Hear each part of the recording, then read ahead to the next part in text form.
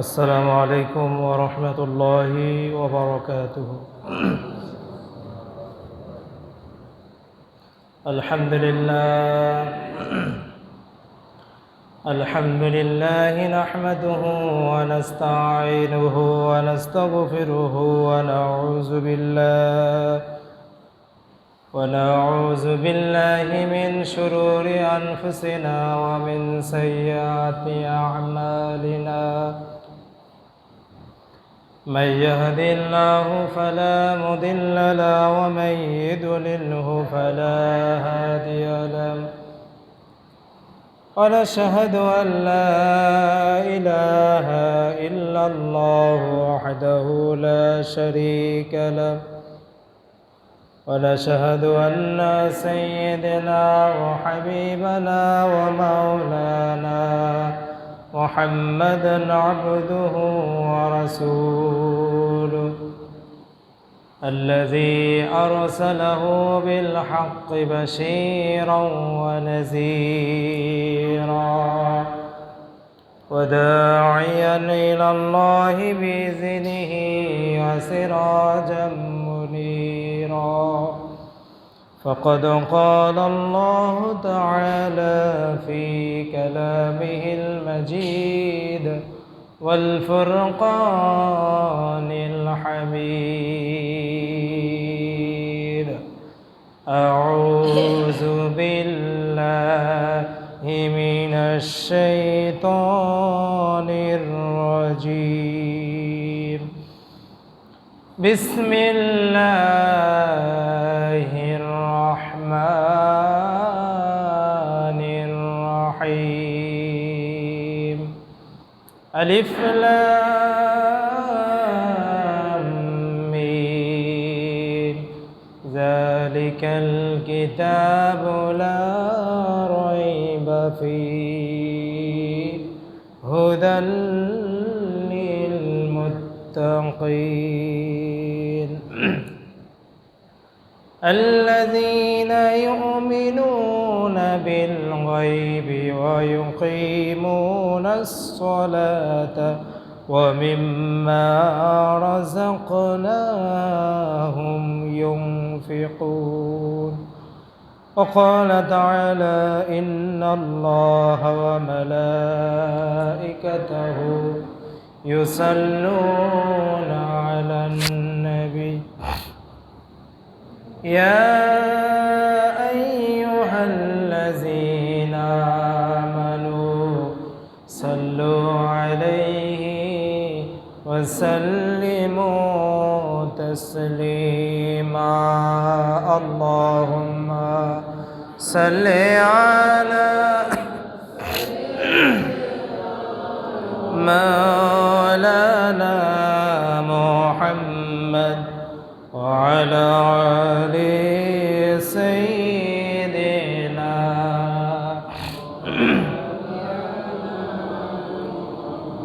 اللهم صل على مولانا محمد وعلى آل سيدنا مولانا محمد. আলহামদুলিল্লাহ, সমস্ত প্রশংসা সেই মহান রব্বুল আলামিনের জন্য, যে আল্লাহ রব্বুল আলামিন এই জিলকদ মাসের অর্থাৎ হজের মাসের জুমার দিনে আল্লাহ তাআলা আমাদেরকে সুস্থ রেখে ভালো রেখে আজ পবিত্র জুমার দিন জুমার নামাজ পড়ার জন্য মসজিদে আসার তৌফিক দান করেছেন। এই জন্য সবাই কালিমাতুশ শুকর আদায় করি, বলি আলহামদুলিল্লাহ। লক্ষ্য করি দরুদ বর্ষিত হোক সেই মহান মানবতার মুক্তির দূত নবিকুল শিরোমণি রহমতের কান্ডারি বিশ্বনবী জনাব মুহাম্মদ রাসূলুল্লাহ সাল্লাল্লাহু আলাইহি ওয়াসাল্লাম। সম্মানিত উপস্থিতি, আগামী গত জুমা থেকে আমরা আল্লাহ তাআলার প্রতি ঈমান এবং ঈমান আনার পরে ঈমান আমাদেরকে কি শিক্ষা দেয় এর উপরে আমরা কিছু আলোচনা শুনেছি। বাকি কথাগুলো আজকে আমরা শুনব ওমা তৌফিক ইল্লা বিল্লাহ। ঈমান মানুষের সবচাইতে মূল্যবান একটি জিনিস। যার ঈমান আছে তার সব আছে, যার ঈমান নাই তার কিচ্ছু নাই। সুতরাং ঈমান একজন মানুষের দুনিয়া এবং আখেরাতে কল্যাণ লাভের মূল মাধ্যম হচ্ছে ঈমান। দুনিয়াতেও আমাদের কল্যাণের দরকার আছে, আখেরাতেও আমাদের কল্যাণের দরকার আছে, আছে না? এই জন্য আল্লাহ তাআলা বলেছেন, রব্বানা আতিনা ফিদ দুনিয়া হাসানাতাও ওয়া ফিল আখিরাতি হাসানা ওয়া কিনা আযাবান নার। আমরা আল্লাহর কাছে দোয়া করি না? আল্লাহর কাছে কি বলি? আল্লাহ, দুনিয়াতে আমাদেরকে আপনি কল্যাণ দান করুন এবং আখেরাতেও আমাকে কল্যাণ দান করুন। উভয়ই কল্যাণ ছাড়া আমি বেঁচে থাকার যোগ্য নয়। এই দোয়াই তো আল্লাহর কাছে আমরা করি, তাই না? ঈমান, সেই ঈমান আমাদেরকে যে শিক্ষাগুলো দিল এ বিষয়ে আমরা গত সপ্তাহে আলোচনা করেছি। বাকি আলোচনাটুকু আজকে আমরা শেষ করব ইনশাআল্লাহ।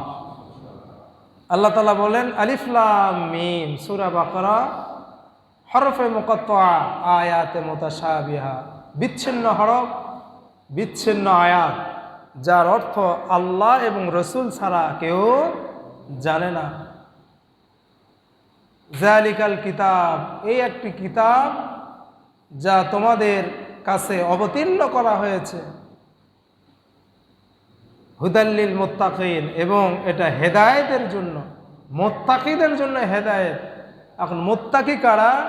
আল্লাহ তাআলা বলেন, আল্লাযীনা ইউমিনুনা বিল গায়ব ওয়া ইয়ুকিমুনাস সালাত ওয়া ইউতুনাজ যাকাত। যারা গায়েবের প্রতি, আল্লাহর প্রতি বিশ্বাস করেছে, অদৃশ্যের প্রতি যারা বিশ্বাস স্থাপিত করেছে, ওয়া ইয়ুকিমুনাস সালাত ওয়া মিম্মা রাযাকনাহুম ইউনফিকুন। রাযাকনা শব্দের অর্থ হলো রিজিক, যাকাত, যাকাত শব্দের অর্থ হলো যাকাত। এবং যারা নামাজ প্রতিষ্ঠা করেছে, নামাজ কায়েম করেছে। নামাজ পড়ার কথা কোথাও নেই, সব জায়গায় আল্লাহ তাআলা বলছেন নামাজ কায়েম করুন, মানে গোটা এলাকা, পরিবার, রাষ্ট্র সবাই মিলে নামাজ পড়ো, শুধু একাকী নয়। এবং আল্লাহ যে তোমাকে যে অর্থ সম্পদ দিয়েছে, এই অর্থ সম্পদ তোমরা আল্লাহর রাস্তায় খরচ করো। এরাই হলো মুত্তাকি। বলেন সুবহানাল্লাহ। এই ঘোষণার মাধ্যমে আমরা কি পেয়েছি? ঈমান এনেছি। কি এনেছি? ঈমান এনেছি। এই ঈমান আনার পরে যে ঈমান আমাদেরকে শিক্ষা দেয়, এ বিষয়ে কিছু আলোচনা আমরা শুনেছি। ঈমান আনার পরে একজন ঈমানদারকে শিক্ষা দেয়, সেটা হলো ঈমানদার ব্যক্তি কখনো অহংকারী হবে না। কি হবে না? অহংকারী হবে না। সে বিনয়ী, নম্রতা স্বভাবের মানুষ হবে, বিনয়ী হবে, কোনোদিনও অহংকার করবে না। অহংকার তার মধ্যে জায়গা পাবে না। ঈমান আনার পর ঈমানদার শিক্ষা দেয় যে একজন মানুষ ঈমান আনলো, তার ভিতরে কোনো অহংকার জায়গা পাবে না। আল্লাহ রাব্বুল আলামিন বলেন, ওহুয়াল কাহিরু ফাওকা ইবাদি। আল্লাহ রাব্বুল আলামিন বললেন, দুনিয়ার মানুষেরা, আল্লাহ রাব্বুল আলামিন যে নিয়ামত তোমাদেরকে দিয়েছেন, যে আমল তোমাদেরকে দিয়েছেন, এই নিয়ামতের শুকরিয়া আদায় করো এবং ইবাদত করো। এরপরে আল্লাহ তাআলা বললেন, আসমানের উপর থেকে, আসমানের নিচে থেকে, জমিনের উপর থেকে, ইয়া মা'শারাল জিন্নি ওয়াল ইনস, হে মানুষ আর জিনেরা, ইন ইসতাতা'তুম, আমার আকাশের নিচে থেকে, আমার জমিনের উপর থেকে বেরিয়ে যাও, ফানফুজু লা তানফুজুনা ইল্লা বিসুলতান। কখনোই সম্ভব হবে না আমার আকাশের নিচের থেকে, আমার জমিনের উপর থেকে বেরিয়ে যাওয়া তোমাদের জন্য কখনোই সম্ভব নয়। যারা অহংকার করি, কিসের অহংকার করব? স্বাস্থ্যের অহংকার, কতটুকু স্বাস্থ্য আমার হয়েছে। এখন যদি আল্লাহ ডায়রিয়া দেয়, ডায়রিয়া শক্ত না পাতলা? পাতলা। যত বেশি পাতলা হয় তত কি হয়? স্ট্রং ডায়রিয়া বলা হয়। এই পাতলা জিনিস কীভাবে স্ট্রং হয় আল্লাহ ভালো জানে। তো এই যে ডায়রিয়া যখন আপনার শুরু হয়ে যাবে, সলিমউদ্দিন কোথায় তাকার খুঁজে পাওয়া যাবে না। বিদ্যার অহংকার করেছেন, কতটুকু বিদ্যা অর্জন করেছেন। আল্লাহ তাআলা বলেন ওমা উতীতুম মিনাল ইলমি ইল্লা কলিলা, সারা বিশ্বের মানুষ জিন যত বিদ্যা পীঠ আছে সকলকে সামান্যতম বিদ্যা দান করেছি। সেই সামান্য বিদ্যা হলো আটলান্টিক মহাসাগরের মধ্যে ছোট্ট একটি পাখি যদি ঠোঁট লাগিয়ে যতটুকু পানি উঠাতে না পেরেছে, তার চেয়েও কম জ্ঞান আমি গোটা পৃথিবীর মানুষকে দিয়েছি। বলেন সুবহানাল্লাহ। সৃষ্টি জগৎকে দিয়েছে। টাকা পয়সার অহংকার, কতটুকু টাকার মালিক হয়েছি। আল্লাহ যদি ইচ্ছা করে ব্রেনের মধ্যে টিউমার দিলেন বা মারাত্মক কোনো অসুখ দিলেন, ক্যান্সার দিলেন বা হার্টের মধ্যে এমন কিছু অসুখ দিলেন, গোটা পৃথিবী বিক্রি করলো ঔষধের টাকা পাওয়া যাবে না, ঠিক কিনা? এই জন্য অহংকার করা যাবে না। মুমিন বান্দার খাসলত হচ্ছে অহংকার সে হবে না, সে বিনয়ী হবে, আল্লাহর কাছে মাথা নত করে দিবে। সব সময় ঈমান তাকে এই শিক্ষা দিবে, অহংকার আমার ভিতরে জায়গা পাবে না, কোনো অহংকার জায়গা পাবে না। আল্লাহ তাআলা বলেন ওয়ামা বিকুম বিনিআমাতিন ফাবিনাল্লাহ, তোমরা যা কিছু নিয়ামত পেয়েছো সব কিছু আমি আল্লাহ আমার পক্ষ থেকে তোমাদের জন্য তা এসেছে। সুতরাং অহংকার করো না, অহংকার করে জমিনে চলাফেরা করো না। অহংকার করে জমিনে চলাফেরা করতে গিয়ে আমার জমিনটাকে বিদীর্ণ করে দিতে পারবে না, আবার অহংকার করে লাভ দিয়ে পাহাড়ের উচ্চতাও কমাতে পারবে না। অহংকার করে জমিনের মধ্যে চলাফেরা করলেও আপনার পায়ের আঘাতে জমিন কি বসে যাবে? বসে যাবে। আপনি অহংকার করে পাহাড়ের উপর লাভ দিয়ে কি পাহাড়কে ডাবাই দিতে পারবেন? একথা আল্লাহ বলেছেন। তাহলে কিসের অহংকার তোমার ভিতরে জায়গা পাবে? কারুনের কত সম্পদ ছিল, কত সম্পদ ছিল বনি ইসরায়েলের যুগের। এই কারুন, তার এত বেশি সম্পদ, অহংকার করার কারণে সমস্ত সম্পদকে আল্লাহ তাআলা মাটির নিচে মিশায় দিয়েছিলেন। সুবহানাল্লাহ। কি শক্তিশালী আল্লাহ! এই যে প্রতিনিয়ত আমরা নিঃশ্বাস নিচ্ছি, শ্বাস নিচ্ছি, নিঃশ্বাস ফেলতেছি, এটা কার নিয়ামত? জোরে বলেন, আল্লাহর নিয়ামত। কত বড় নিয়ামত! জিবরাইল আলাইহিস সালাম কি কোনোদিন এসে বলেছেন এতগুলো অক্সিজেন তোমরা ভক্ষণ করছো, হাসপাতালে বেডে যায় থাকেন, আধা ঘন্টা 1 ঘন্টা অক্সিজেন নিলে কত টাকা দাম, যে খুঁজলেন। আর এই জীবনের শুরু থেকে শেষ পর্যন্ত আল্লাহর অফুরান্ত অক্সিজেন আমরা নিচ্ছি, দূষিত গ্যাসকে বের করে দিচ্ছি, কার্বন ডাই অক্সাইড, সূর্যের আলো আমরা উপভোগ করছি, বৃষ্টি চাচ্ছি আল্লাহ কম বেশি দিচ্ছেন না? চাঁদের আলো দিয়ে সিক্ত করে দিচ্ছেন আমাদের, সূর্যের আলো দিয়ে আমাদের ফসলাদি, আমাদের অনেক উপকার হচ্ছে। শিশির ভেজা বৃষ্টি দিয়ে শীতকালে শিশির দিয়ে শাক সবজি আরও ফসল সুন্দর হয়, সেগুলো আমরা ভক্ষণ করে দুনিয়াতে বসবাস করি, চলাফেরা করি। সব কিছু কার দান? আল্লাহ তাআলার দান। এই এত কিছু আল্লাহ তাআলার ভক্ষণ করার পরেও অহংকার করতেছি। মুমিন বান্দার খাসলত হলো ওয়াইবাদুর রহমানিল্লাযীনা ইয়ামশুনা আলাল আরদি হাওনা। মুমিন বান্দারা যখন জমিনে চলাফেরা করবে তখন তারা অহংকারের সাথে চলাফেরা করবে না। হাদিসে কুদসির ভাষায় অহংকার হচ্ছে আল্লাহ তাআলার চাদর। যে ব্যক্তি অহংকার করলো সে ব্যক্তি আল্লাহর চাদর ধরে টানাটানি করলে, বলে নাউজুবিল্লাহ, কত বড় বেয়াদব যে আল্লাহর চাদর ধরে টানাটানি করে।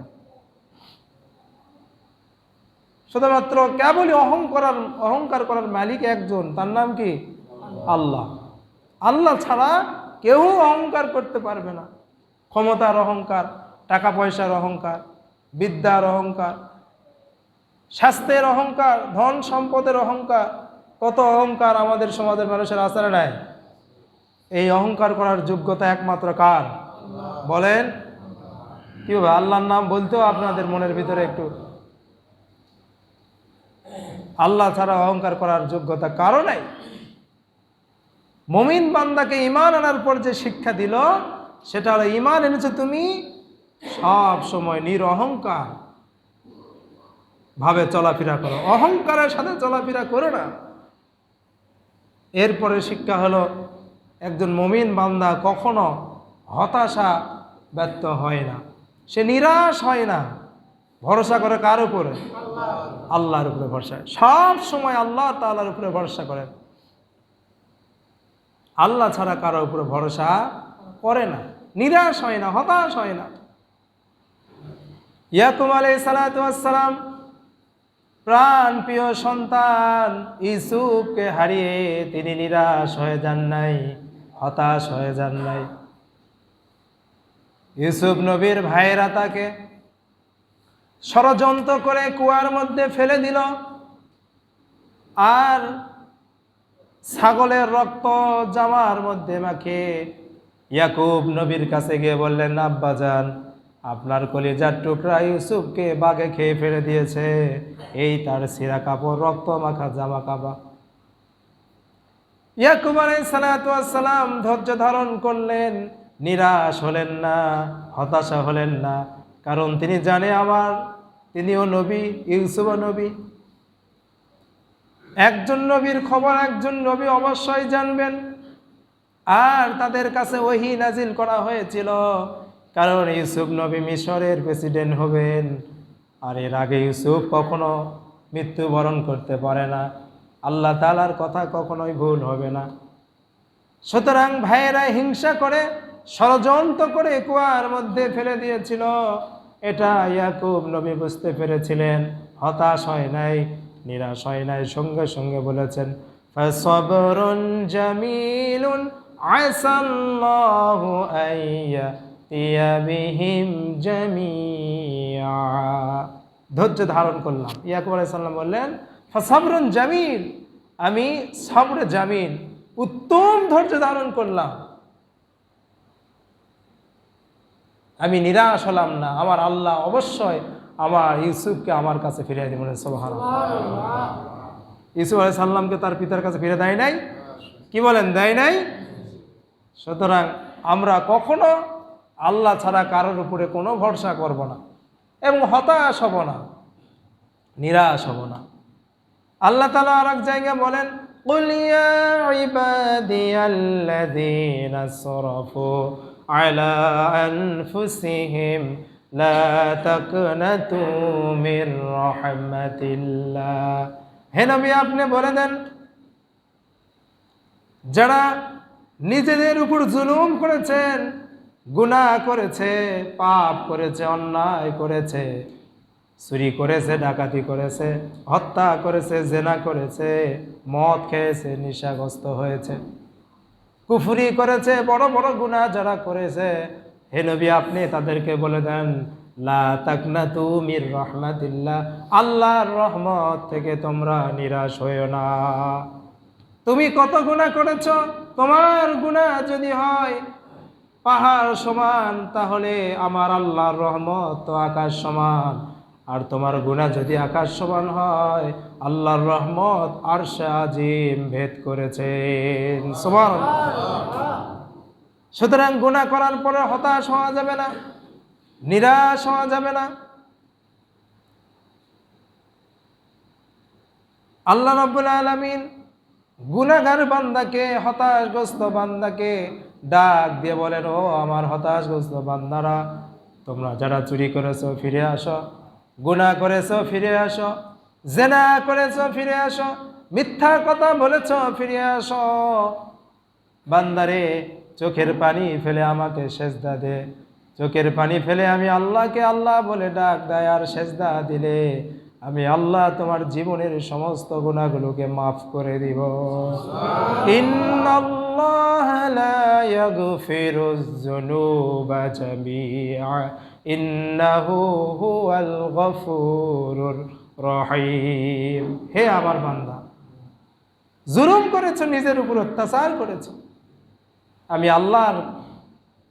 আল্লাহর কাছ থেকে হতাশ হয়ে যায়, নিরাশ হয়ে যায় না, আমি আল্লাহকে গফুরুর রহিম হিসাবে পেয়ে যাবে। সুবহানাল্লাহ। আল্লাহ তাআলা বললেন, ওয়াইযা সাআলাকা ইবাদি আন্নী ফাইন্নী করিব।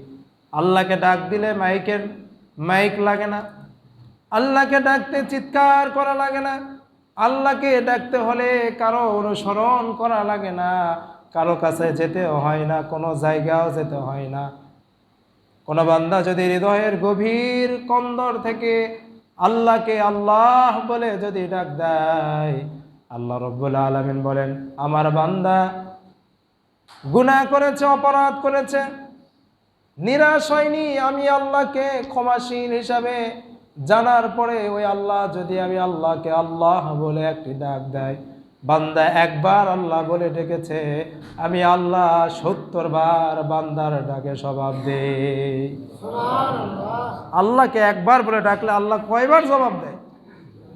কি লাগবে? সব আল্লাহ দিবেন। কোন বান্দা গুনাহ করার পর আল্লাহকে আল্লাহ বলে যদি ডাক দেয়, আল্লাহর রহমতের পেয়ালায় জোশ লেগে যায়, রহমতের দরিয়ায় জোশ লাগে, আল্লাহ ওই বান্দার জীবনের সমস্ত গুনাহগুলোকে মাফ করে দেয়।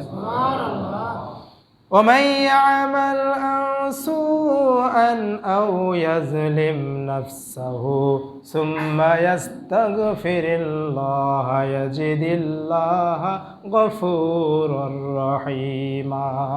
যদি কোনো বান্দা গুনাহ করে অথবা তার নফসের উপরে জুলুম করেছে, এরপরে আল্লাহর অনুগত্য, আল্লাহর রহমতের আশা করেছে, আল্লাহ তাআলা বলেন, আমি ওই বান্দাকে, সেই বান্দা যেন আমি আল্লাহকে গফুরুর রহিম হিসাবে পেয়ে যাবে। সুবহানাল্লাহ জোরে বল।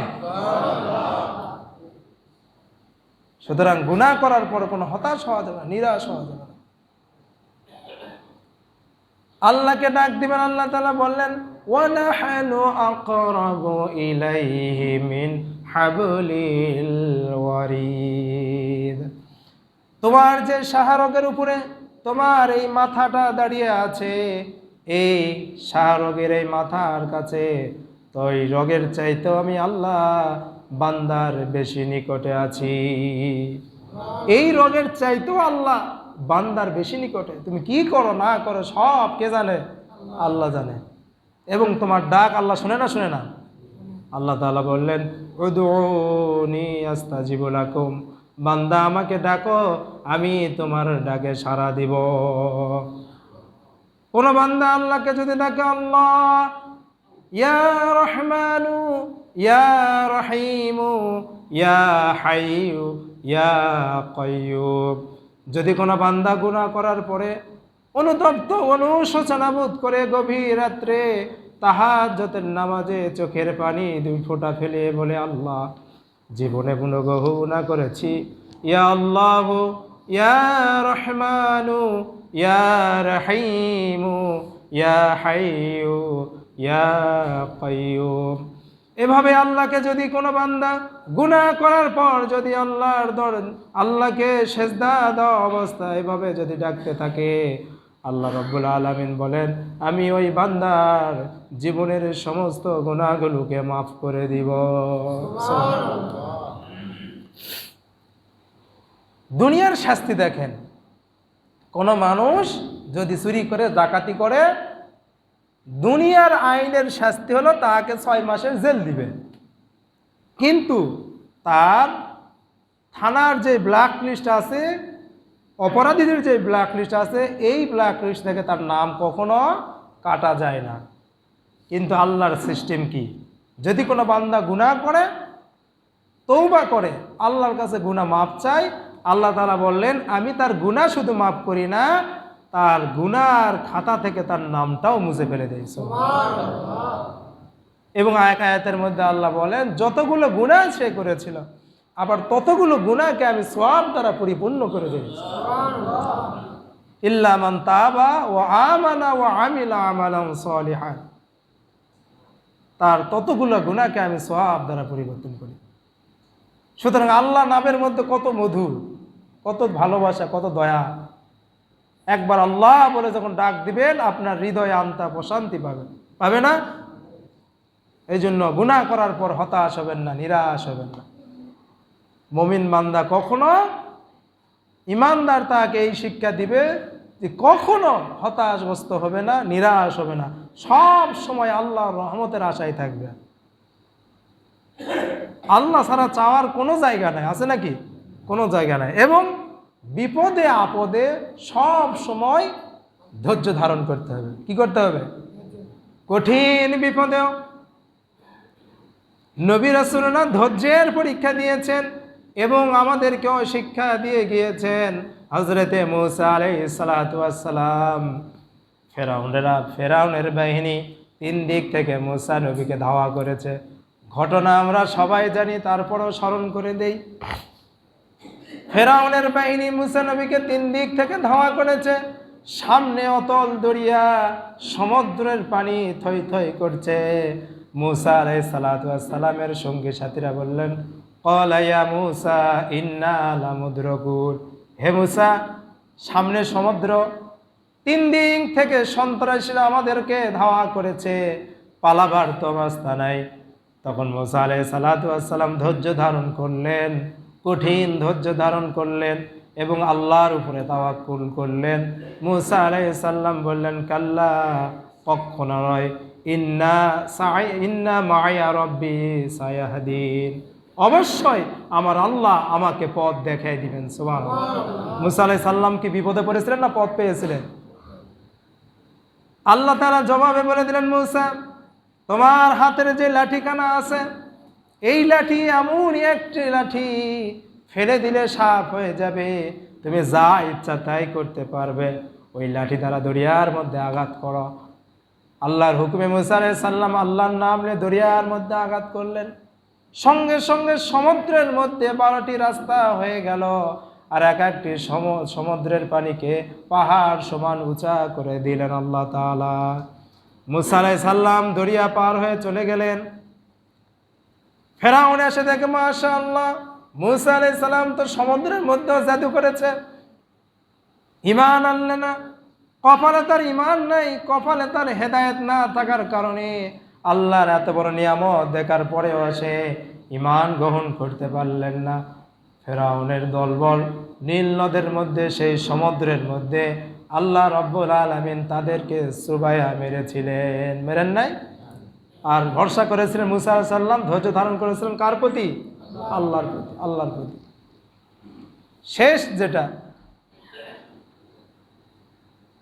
একজন ইমানদার ব্যক্তিকে ঈমান আনার পরে তাকে যে শিক্ষা দিবে সেটা হলো তার কথার দ্বারা, তার চলাফেরার দ্বারা, তার কাজকর্মের দ্বারা অপর মানুষ কখনো কষ্ট পাবে না এবং সব সময় সে আল্লাহকে নির্ভীক হিসাবে, আল্লাহকে ক্ষমতাশালী হিসাবে সে গ্রহণ করবে এবং তার চরিত্র সবচাইতে ভালো হবে। আমরা ঈমান এনেছি, কালেমা পড়েছি, কিন্তু ঈমান আনার মতো ঈমান আনিনি। ঈমান আমাদেরকে এই শিক্ষাগুলো দিতে পারে নাই। বাপ দাদা 14 গোষ্ঠী কালেমা পড়েছিল, আমরাও কালেমা পড়েছি, খাতনা দিয়েছি, এই তো আমাদের মুসলমান। ঈমান এনেছি, 1 কাপ লাল চায়ের কাছে আমার ঈমান বিক্রি হয়ে যায়, হয় না? কিছু পেলেই আমরা নড়ে যাই, বেটা নড়ে গেছে, ঈমান দুর্বল হয়ে গেছে। সামান্য কিছু টাকার, সামান্য কিছু লোভের কারণে, দুনিয়ার কিছু লোভ লালসার কারণে ঈমান আমরা হারিয়ে ফেলি, বিক্রি করে ফেলি। ঈমানদার বান্দাকে চরিত্রবান বানায় এবং সব সময় তাকে এই আশায় দেয় যে তুমি যেটাই করো না কেন, যেখানেই থাকো, আল্লাহ তোমাকে দেখতেছে। তুমি যা কিছু করো সব কিছুর মধ্যে তোমার এটাই মনের ভিতরে থাকবে যে যা কিছু করি না কেন আমার আল্লাহ আমাকে কি করছেন, দেখছেন। এটা যদি আমি মনের ভিতরে বিশ্বাস করি তাহলে গুনাহের কাজ আমার দ্বারা সম্ভব হবে না। কিন্তু কয়জন আমরা বিশ্বাস করি? হুদ আলাইহিস সালাতু ওয়াস সালামও আল্লাহর উপর তাওয়াক্কুল করেছেন। গোটা জাতি হুদ নবীকে নির্যাতন করতে শুরু করলো, মারামারি করা শুরু করলো, তার কওমকে নির্যাতন করতে শুরু করলো। তখন ইন্নী তাওয়াক্কালতু আলাল্লাহি রব্বি ওয়া রব্বিকুম, হে আল্লাহ আমি তাওয়াক্কুল করলাম আমার রবের প্রতি। সুতরাং আমরা সব সময় ভরসা করব আল্লাহর প্রতি। আমরা তো পীরের প্রতি, নেতার প্রতি, ক্ষমতাশালীর প্রতি ভরসা করে থাকি, টাকা পয়সার উপর ভরসা করে থাকি, সম্পদের উপর, রিজিকের উপর ভরসা করে থাকি। কিন্তু সব সময় ভরসা করতে হবে আল্লাহর উপর। কেউ কোনো ক্ষমতা নাই আমার উপকার করার মতো, কারো ক্ষমতা নাই। আল্লাহ যদি আমার উপকার করে, গত সপ্তাহে বলেছেন, আল্লাহ যদি আমাদের উপকার করে, আমার যদি কল্যাণ দান করে, পৃথিবীর কারো ক্ষমতা নাই আমার অকল্যাণ করা। আর আল্লাহ যদি আমাকে বিপদে ফেলতে চায়, আল্লাহ যদি আমাকে পথভ্রষ্ট করতে চায়, আল্লাহ যদি আমাকে লাঞ্ছিত করতে চায়, সারা পৃথিবীর মানুষ মিলেও আমাকে বিপদ থেকে রক্ষা করতে পারবে না। একথা আল্লাহ তাআলা তার নবীকে বলে দিলেন, হে নবী, আল্লাহ যদি আপনার বিপদ দেয় তাহলে কেউ আপনাকে রক্ষা করতে পারবে না। আর আল্লাহ যদি আপনাকে রক্ষা করে কেউ আপনার কোনো ক্ষতি করতে পারবে না। সারা কাফের বেঈমানরা মিলে রাসূলুল্লাহ সাল্লাল্লাহু আলাইহি সাল্লামের ক্ষতি করার জন্য অনেক চেষ্টা করেছেন। আবু জেহেল, উতবা, সাইবা, ওলীদ ইবনে মুগিরা অনেক ষড়যন্ত্র করেছিলেন। কেউ কি বিপদে ফেলতে পেরেছিলেন? কি বলেন আপনারা? পেরেছেন? কেউ বিপদে ফেলে পারে নাই, কারণ আল্লাহ রক্ষা করেছেন। এই জন্য এটা বিশ্বাস করতে হবে। ঈমান হলো এটাই যে আল্লাহ আমার কপালে যা লিখে রেখেছেন তাই হবে, আল্লাহ আমার জন্য যা নির্ধারিত করে রেখেছে সেটাই হবে। এটা খণ্ডানোর কোনো মালিক নাই। যদি মনে করেন অন্য কেউ আছে তাহলে শিরিক হয়ে গেল, ঈমান নষ্ট হয়ে গেল। মনে করেন আমার বাবা আছে, আমার দয়াল বাবা কেবলা কাবা আছে, এটা যদি মনে করেন আমার পীর আছে, আমার ওস্তাদ আছে, তারা আমাকে রক্ষা করবে, তাহলে ঈমান তো নাই। সে তারই কি অবস্থা হবে সেটাই আপনি দেখে নিন হাসরের ময়দানে। ঈমান বড় জিনিস। আল্লাহ তাআলা আমাদেরকে তৌফিক দান করুক এবং আমরা সব সময় আল্লাহর উপর ভরসা করব, আল্লাহর উপর তাওয়াক্কুল করব এবং সব সময়কে আল্লাহকে হাজির নাজির জেনে সব সময় মনে করব আল্লাহ বলে দিয়েছেন, ওয়া নাহনু আকরাবু ইলাইহি মিন হাবলিল ওয়ারিদ, এই শাহরগের চাইতেও নিকটে যেহেতু আল্লাহ আছেন, আমার গোপনীয়, আমার মনের ভিতরে আমার ইচ্ছা অনিচ্ছার যত কাজ কর্ম যা কিছু আছে, আমি অন্তরে কি বলি, মুখ দিয়ে কি বলি, সব কিছুর খবর আল্লাহ তাআলা জানেন না? সব কিছু জানেন। এটা যদি আমরা যখন বিশ্বাস করব আমার ঈমান পরিপূর্ণ হবে। আর ঈমানদার বান্দাকে এই শিক্ষাটাই দান করলো, এই শিক্ষাই দান করলো, আল্লাহ ছাড়া তোমার আর পৃথিবীতে কেউ নাই, কেউ নাই, কোনো ওলি নাই, কোনো বন্ধু নাই। ইন্নামা ওয়ালিয়ুকুমুল্লাহু ওয়া রাসূলুহু, আল্লাহ তাআলা বললেন, হে নবী, সবচাইতে প্রথম বন্ধু, আপনার উপকারী ব্যক্তি হলেন আল্লাহ। ইন্নামা ওয়ালিয়ুকুমুল্লাহ, ওলি মানে হচ্ছে বন্ধু। ওলি মানে কি? বন্ধু। নিশ্চয় আপনার বন্ধু হচ্ছেন আল্লাহ। আপনার বন্ধুকে আল্লাহ। আল্লাহ যদি কারো বন্ধু হয়, আল্লাহ যদি কারো সঙ্গী হয়, আল্লাহ যদি কারো আপনজন হয়, পৃথিবীর সবাই পর হলো কোনো আফসোস আছে নাকি? কোনো হতাশা আছে? আর আল্লাহ যদি আপনার বন্ধু না হয়, সবাই আপন হলেও আপনার কোনো যায় আসে না, কোনো লাভ নাই। আল্লাহ তাআলা আমাদেরকে ঈমানকে মজবুত করার তৌফিক দান করে বলে আমিন। ওয়া আখিরু দাওয়ানা আলহামদুলিল্লাহি রাব্বিল আলামিন।